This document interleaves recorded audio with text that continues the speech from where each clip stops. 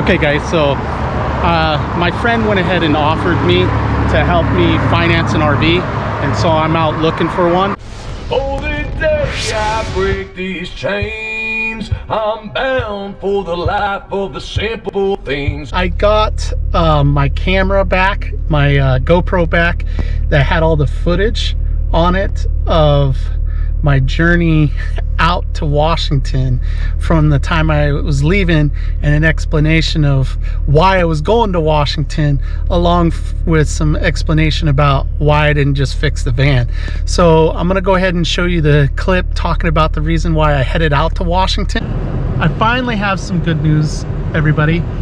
So I have a childhood friend that he's offered to help me finance an RV. Nothing spectacular, you know, but you know, enough that I can get something.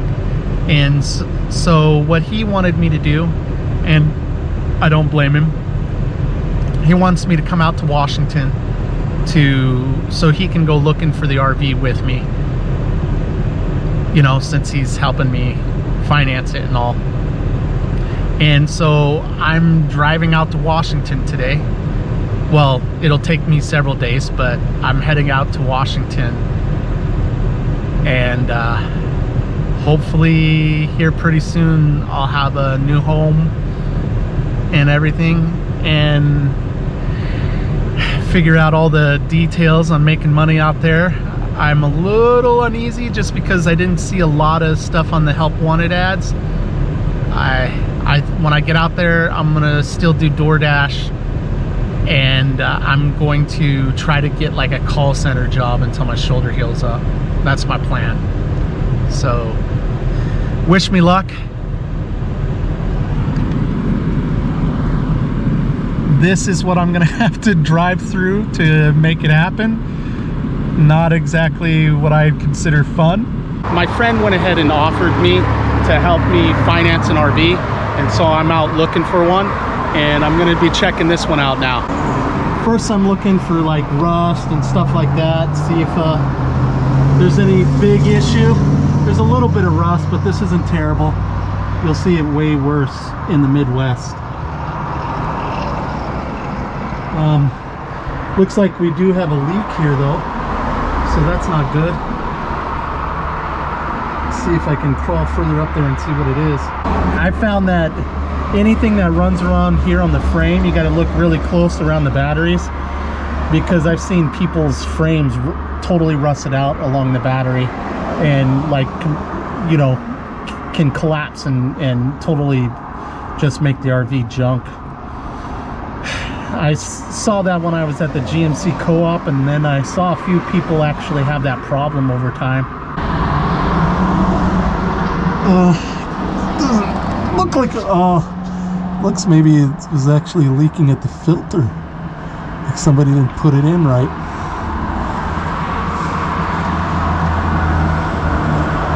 The oil filter right there, it's got hydraulic jacks on this one. See if those work. These seem okay to me. Maybe if you guys are mechanics, you can tell me otherwise. They seem all right to me.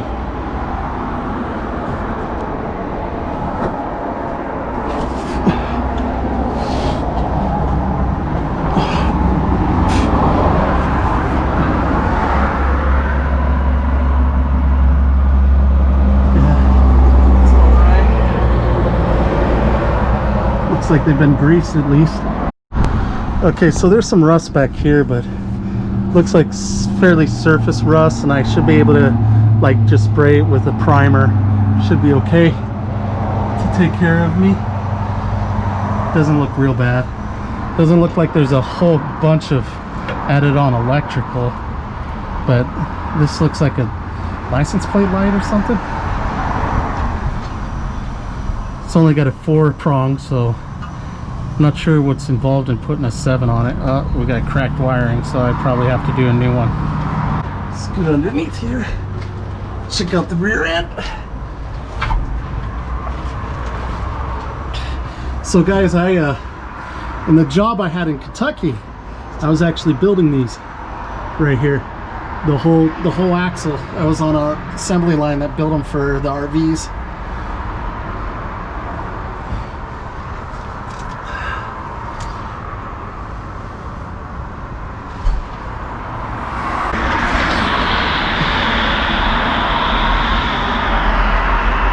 Alright guys, so I don't see anything alarming to me.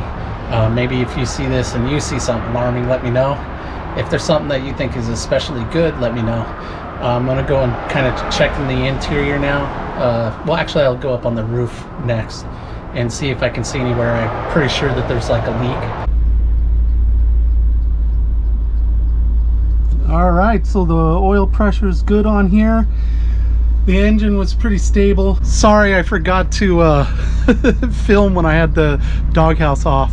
Maybe I'll do it a little bit later. So I ended up buying an RV. It's right behind me right now. I'm in the process of getting all the stuff out of my car. Almost done and into the RV here.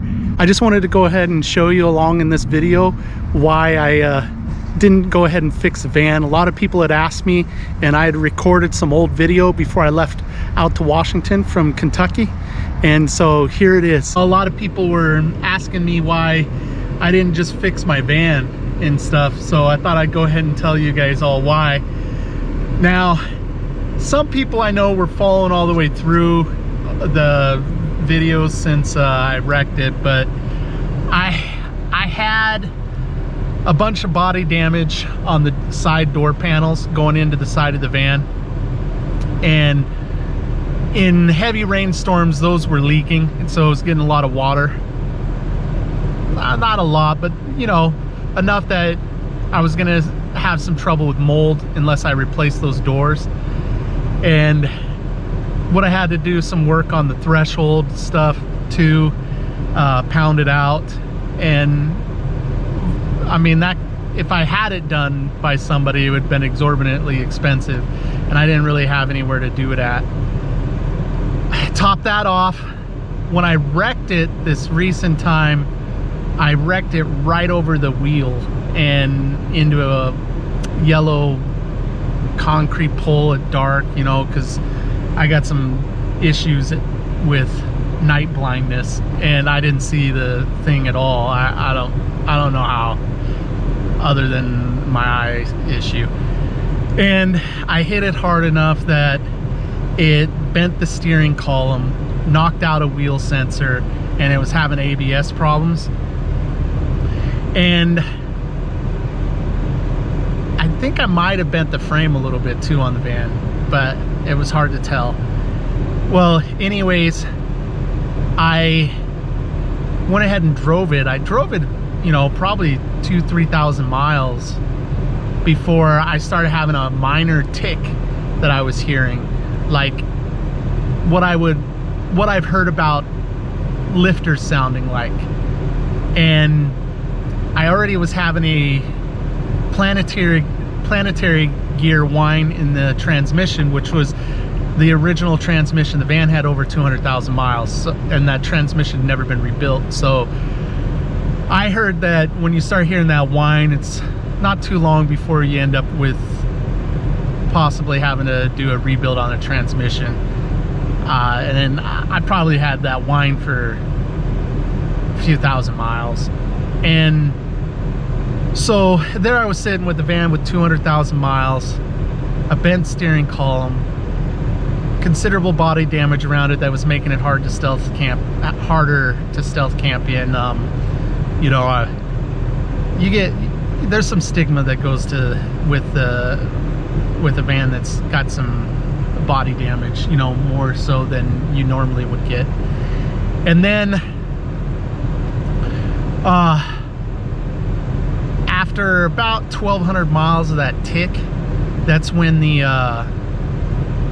fuel pump went out. It's this style that sits in the gas tank, so I would have had to pull the gas tanks to get to the fuel pump. And there's just so many different things going wrong with the van that I thought it was kind of a high risk to try to just make it run, to spend a bunch of money to make it run, you know, how long it would run for me, you know.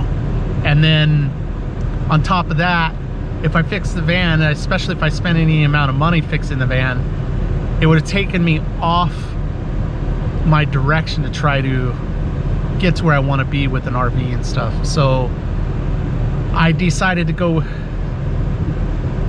even more so away from fixing the van because of my shoulder injury. With my shoulder hurt the way it is, I can't really do much of anything. I can do some DoorDash before it gets angry, you know, and I was hoping I would be able to do DoorDash. So I figured, well, I'll go with a car that'd be good for doing DoorDash, you know, good fuel economy. I can use that as a pull behind, you know, a tow vehicle when I get an RV and everything.